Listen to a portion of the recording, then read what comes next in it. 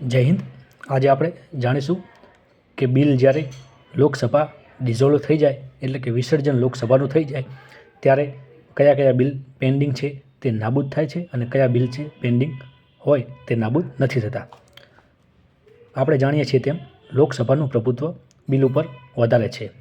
જો તે રિકન્સિડરેશન માટે પણ રાજ્યસભામાં મૂકવામાં આવે છે તો પણ રાજ્યસભાને તે અમુક સમયમાં પાછું મોકલવું પડે છે સુધારા કે વધારા સાથે, અને એ સુધારા વધારા લોકસભાને જો માન્ય રાખવા હોય તો તે રાખે છે, બાકી એ બિલ પાસ થયેલું ગણાય છે। તેથી આપણે જાણીશું અને સમજીશું કે લોકસભાનું પ્રભુત્વ વધારે છે। તો જોઈએ પહેલો કેસ। જો લોકસભામાંથી જ પાસ ના થયું હોય તો દેખીતી વસ્તુ છે કે તે બિલ છે તે રદ થઈ જશે, ઠીક છે, કારણ કે જે નવી લોકસભા બનશે તે એ બિલને પાછી ચેક કરશે અથવા તો નવું બિલ લાવશે। જો તે લોકસભામાંથી પાસ થઈ ગયું હોય પણ રાજ્યસભામાં બાકી હોય તો પણ રદ થઈ જશે, કારણ કે લોકસભામાં પાસ થઈ ગયું અને રાજ્યસભામાં બાકી છે અને લોકસભાનું વિસર્જન થઈ ગયું, મતલબ એ જે જૂની લોકસભા હતી તેમાંથી પાસ થયેલું ગણાય, પણ તે જૂની લોકસભા તો હવે વિસર્જન થઈ ગઈ, તેથી તેનું પ્રભુત્વ રહેશે નહીં અને જે નવી લોકસભા આવશે તેમાં રિકન્સિડરેશન થશે, એટલે એ બિલ છે તે ત્યાં ને ત્યાં રદ થઈ જશે।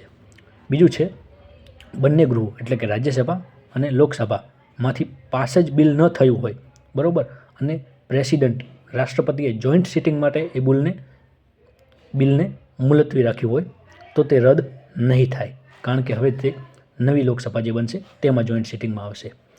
હવે રાજ્યસભામાં પેન્ડિંગ હોય અને લોકસભામાંથી પાસ ના થયું હોય તો પણ તે બિલ રદ નહીં થાય। જો એ બિલ છે એ બંને ગૃહોમાંથી પાસ થઈ ગયું હોય પણ રાષ્ટ્રપતિનો એસેન્ટ એટલે કે સહી ખાલી બાકી હોય તો પણ તે બિલ રદ નહીં થાય। બિલ બંને ગૃહોમાંથી પાસ થઈ ગયું પણ રાષ્ટ્રપતિ દ્વારા તેને પાછું મોકલવામાં આવ્યું છે રિકન્સિડર કરવા માટે, ચેકિંગ કરવા માટે, તો પણ તે બિલ રદ થશે નહીં। Thank you. જય હિન્દ।